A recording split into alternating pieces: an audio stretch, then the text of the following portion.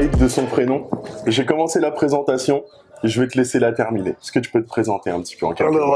Farid Kider, ça me fait rire parce que c'est toujours la même.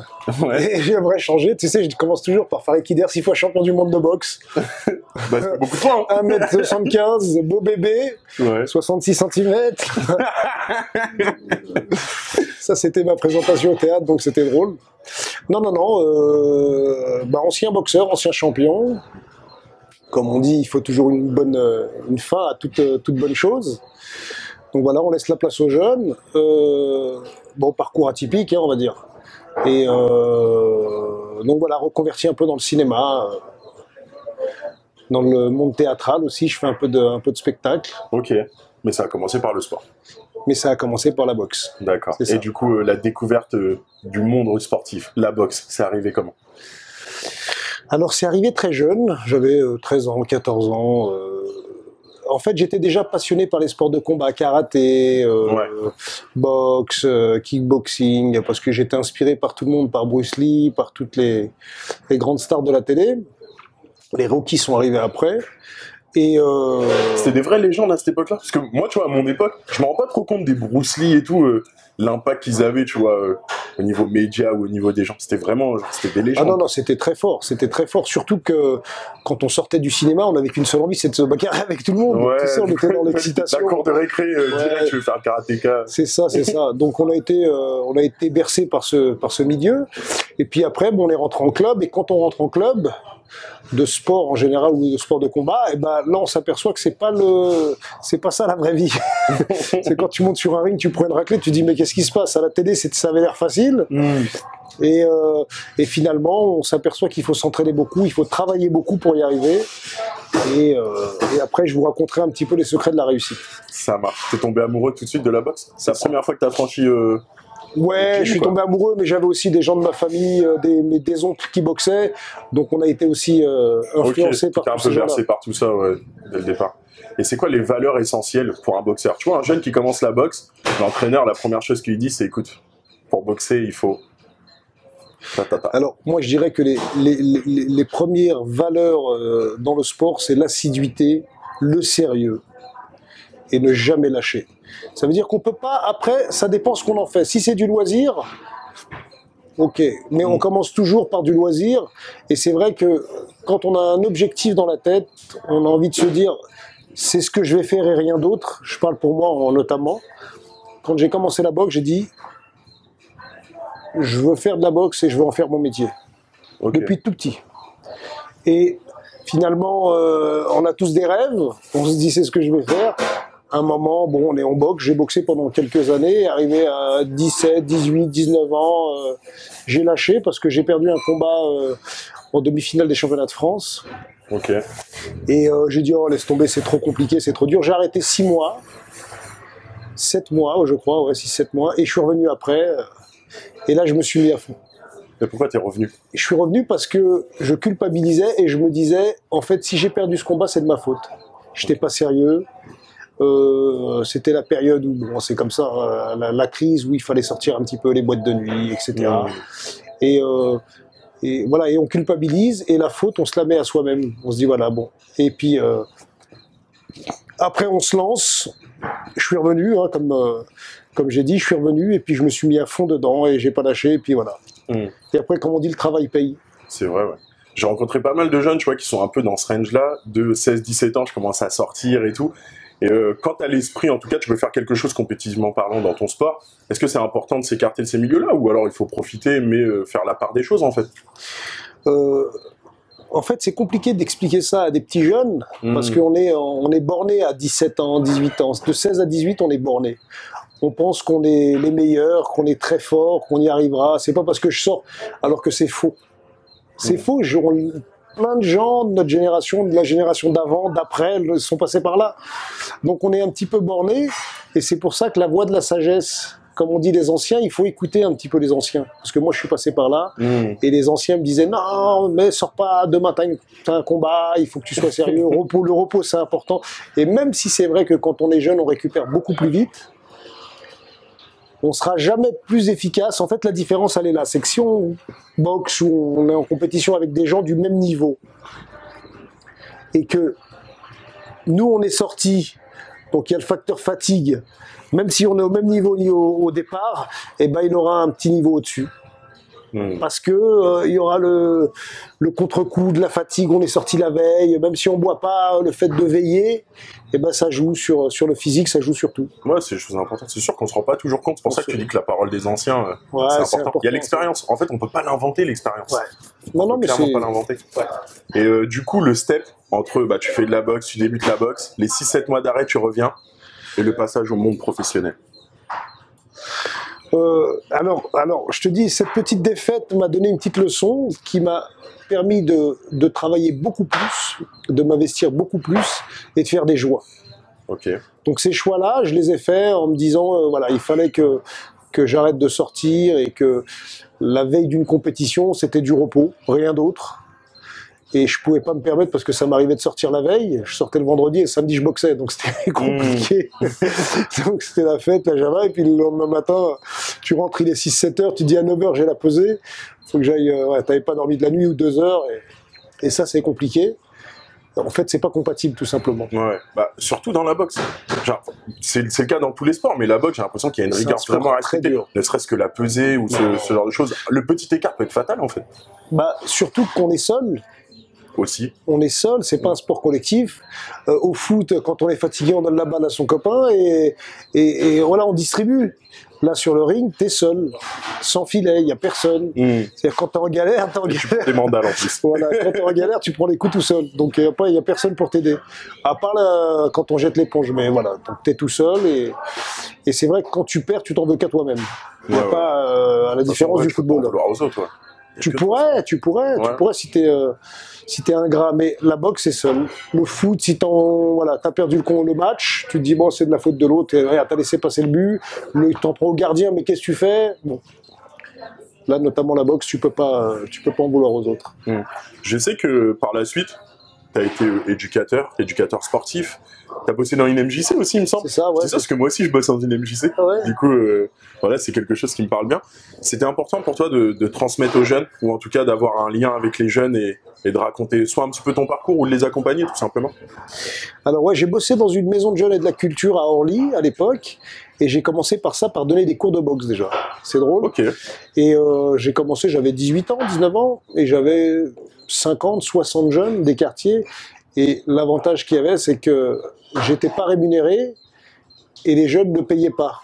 Donc j'avais tous les jeunes qui foutaient rien, qui galéraient dans le quartier, qui venaient faire de la boxe. Et t'en as qui sont sortis quelque chose, il y en a d'autres qui sont passés à autre chose. Mais l'avantage dans le sport, c'est qu'il y a des valeurs. Ça veut dire qu'on apprend le respect de l'autre, l'assiduité, les horaires, on prend des coups, on se relève. Donc il y a tous ces petits détails qui forment des champions. On n'y pense pas assez, c'est pas que le monde professionnel, la réussite sportive, le sport ça apporte plein de choses. Ça apporte plein de choses. Je te dis, tu prends des coups comme dans la vie, tu apprends à les encaisser, tu les prends sur toi, tu gères, et puis voilà, c'est ce que je dis, il y a plein de valeurs dans le sport. Ouais, carrément, je te rejoins sur ça. Il y a eu le sport, mais pas que. Non. Il n'y a pas eu que le sport, il y a eu une reconversion, est-ce qu'on peut appeler ça comme ça? Une petite reconversion dans le porno, bien évidemment. Non, je déconne. À 70 cm, on l'a dit en intro. Non, petite reconversion dans le cinéma. Ouais, j'ai voulu découvrir autre chose. Ok. Un moment dans ma vie, après on rencontre des gens dans la vie qui vous apportent ou qui vous apportent pas, mais là notamment ça m'a apporté quelque chose. Et voilà, des amis qui m'ont mis le pied à l'étrier dans le cinéma, et puis j'ai commencé mes premiers pas dans Astérix, dans plein de petits films comme ça, qui m'ont permis un peu de découvrir un nouveau milieu, un nouveau monde, qui est très intéressant, parce qu'on rencontre des gens complètement différents de nous, des bons comme des mauvais, mais voilà, c'est un monde complètement différent. Ok, malgré que ça soit différent, est-ce que tu trouves des similitudes entre le boxeur professionnel et l'artiste?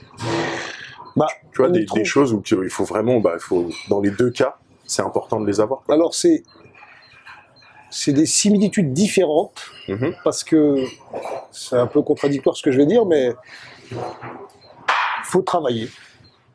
Comme dans tout, quand tu révises tes textes, la concentration. Quand tu tournes un film, tu peux sortir la veille. Tu peux aller faire la fête. Bon, après, si t'es Voilà, tu seras peut-être pas à 100% de tes capacités, mais ça se verra pas, il y a une caméra. Et si la scène n'est pas bien, on la refait. À la différence de la boxe. Ouais, c'est ça. Voilà. Tu peux pas refaire C'est ton ce que combat. je disais, là, c'est sans filet, là. Ouais. T'as pas le droit de te louper. C'est une prise, pas deux. Et, ou sinon, sur les principes, oui, il y a des choses qui se rassemblent, bien sûr, qui se ressemblent. Notamment, je disais, le travail, l'assiduité. Il faut aussi faire des sacrifices. Hein, on peut pas faire n'importe quoi. Et ouais, c'est comme tout. Il faut bosser. Ok. T'as pris des cours de théâtre. Du coup, au début, tu me parlais un peu de théâtre, non? Ouais, non, j'ai fait du théâtre. J'ai pas pris de cours. Ok. Je pense que je l'avais un petit peu en moi. Tu sais, le ring, c'est une grande pièce de théâtre. Tu sais, quand tu as un public, que tu prends le micro et puis tu fais ton discours, on est un petit peu dans... Il y a des similitudes aussi, des choses qui se rapprochent. Mais voilà, je me suis lancé sur les planches en 2013. Et puis j'ai commencé mon premier one-man. Ok. Très sympa, très intéressant. Ça m'a plu, j'ai fait ça pendant 2 ans. Ouais, ça doit pas être un exercice facile, ça. Parce que là, du coup, tu te retrouves un peu dans les similitudes de la boxe, seul face au public. Et pas d'acteur à côté pour te raccrocher ou tu te foires sur un truc, essayer de récupérer un peu le truc, quoi. Mais là, t'es tout seul face au public. C'est ça l'avantage. Et puis voilà, il y a un public. C'est un avantage pour toi? C'est un avantage parce que je suis un petit peu. Après, j'ai fait du sport collectif, j'ai fait du foot, j'ai fait un peu de basket, j'ai fait. L'avantage, c'est qu'on n'en veut à personne. Ok. Quand tu fais un bide au théâtre, t'es tout seul, tu dis, ah bah écoute, là, tu peux pas t'en vouloir aux autres. Peut-être, mais voilà, c'est ce que je disais, sauf si t'es pas reconnaissant, tu te dis, c'est à cause des autres. Mais voilà, le théâtre, on est seul, et puis c'est ce que je te disais, pour ne pas s'en vouloir, il faut travailler. Ça veut dire que t'as pas de regret. Quand t'as mis le paquet avant, tu vois, t'as pas de regret. Tu dis, bon, écoute, j'ai fait le maximum, ça n'a pas marché, tant pis. Ça n'a pas été le cas. Hein. Moi, j'ai beaucoup bossé, j'ai beaucoup travaillé, j'ai mis des heures et des heures d'entraînement.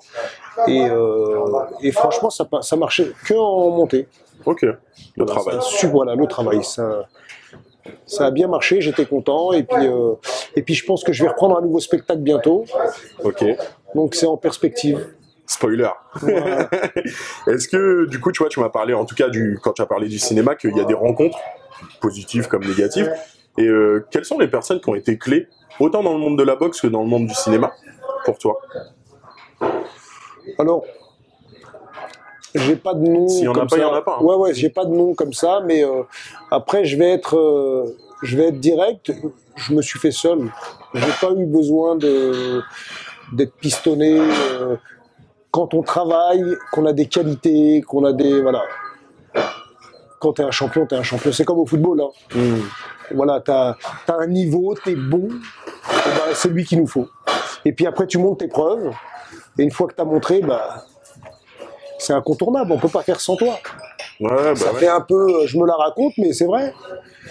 Moi, je faisais partie des meilleurs Français, des meilleurs boxeurs français. Voilà, j'ai été sollicité dans le monde entier, on m'appelait partout, et puis je répondais présent. Mais c'est une mentalité à avoir. Il y a pas longtemps, j'ai vu une interview de Evan Fournier, tu connais le basketteur, ouais, qui disait justement qu'en France, on n'avait pas trop cette culture d'être confiant en ses capacités, d'être sûr de soi, que les Américains, eux, ont. Et du coup, on voyait ça comme de l'arrogance, alors qu'en fait, c'est tout simplement être confiant de ses capacités et foncer, quoi. Non, mais c'est vrai. Et du coup, je te retrouve un petit peu dans ça, tu vois, dans cette mentalité-là. Non, mais c'est vrai que nous, on n'a pas cette culture en France. En France, quand t'apportes un petit peu...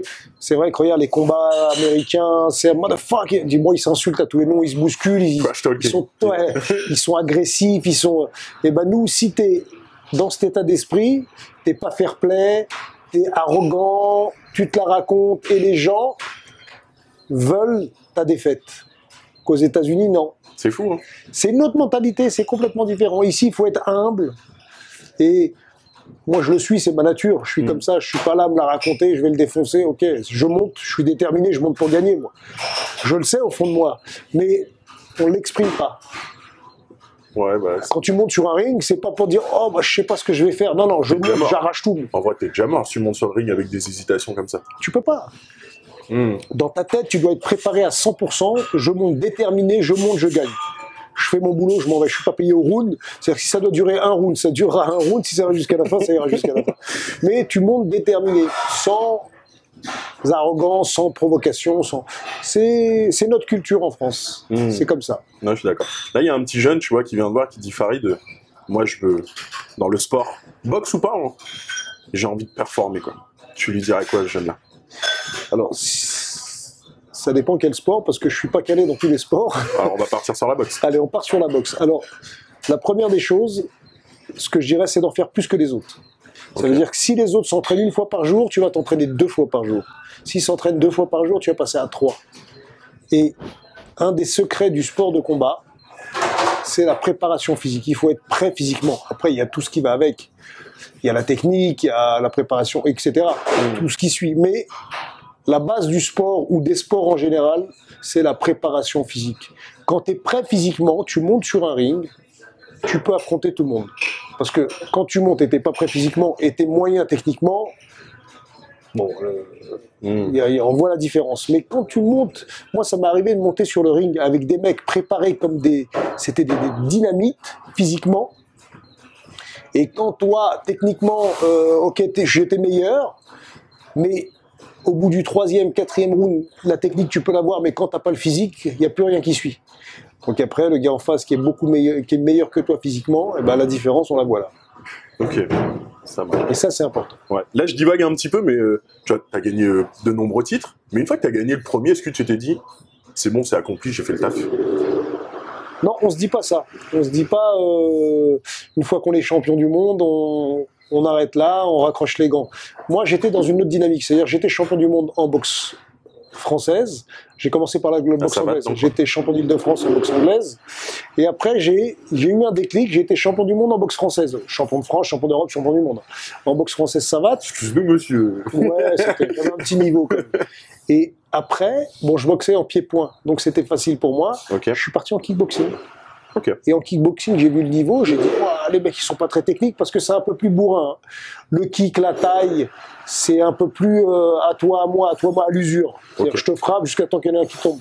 Et moi, j'étais très dans la technique en boxe française, donc j'avais ces bases-là. Et après, j'ai été champion du monde en kick. Et après, j'ai essayé le full pareil. J'ai essayé la boxe taille, c'était la même chose. J'ai dit, bah magnifique. Et je suis devenu le seul Français au monde à être titré dans toutes les disciplines pied-point. C'est ouf ça. Ouais, j'ai fait le tour de magie. Non, c'est ouf carrément. Mais après, c'est pas évident. T'en as beaucoup qui ont essayé, qui étaient champions du monde en boxe taille, qui ont essayé le kick, qui ont essayé la boxe française et qui se sont vautrés. Parce que la boxe française, la différence des autres sports pied-point, c'est très technique. Okay. Les gens, les puristes en Muay Thai ne peuvent pas venir en boxe française. L'inverse, oui, mais les tailles en BF, c'est impossible. Okay. Trop technique, trop de déplacements, trop de distance, il y a trop de codes. D'accord, ça marche. Et là, du coup, on arrive à la dernière question, celle qui nous tient à cœur. Les clés de la réussite. Si tu devais nous donner une clé de la réussite, on n'en retient qu'une seule. La clé pour réussir. La clé pour réussir? Performer, quoi. Ouais, ne jamais rien lâcher. Jamais rien lâcher? Voilà, il faut pas lâcher. C'est le terme déterminant, on ne lâchera jamais rien. Après, c'est juste le mot-clé, ne rien lâcher, mais il y a tellement de choses qui vont avec, comme je disais, l'acharnement, l'assiduité, le sérieux, il faut être déterminé déjà à la base. Ça veut dire que dans ta tête, quand tu y vas, même si tu arrives au bout t'en peux plus, eh ben on lâche pas. C'est comme ça qu'on forme des champions. Okay. L'âme d'un champion, c'est même si tu as envie de lâcher, tu ne lâches pas. Et comme disait Pierre de Coubertin, le tout est de participer, c'est pas du tout ma devise. Moi, quand je monte sur un ring... Non, mais grave. Elle sort d'où cette devise? Pierre de Coubertin disait toujours, le plus important, c'est de participer. Moi, je participe pas là pour faire du loisir. Hein. Quand je monte sur un ring, c'est pour gagner. Ouais. Donc voilà. Ok, ça marche. Merci à toi, Farid. Avec plaisir. C'était cool. Merci Clément.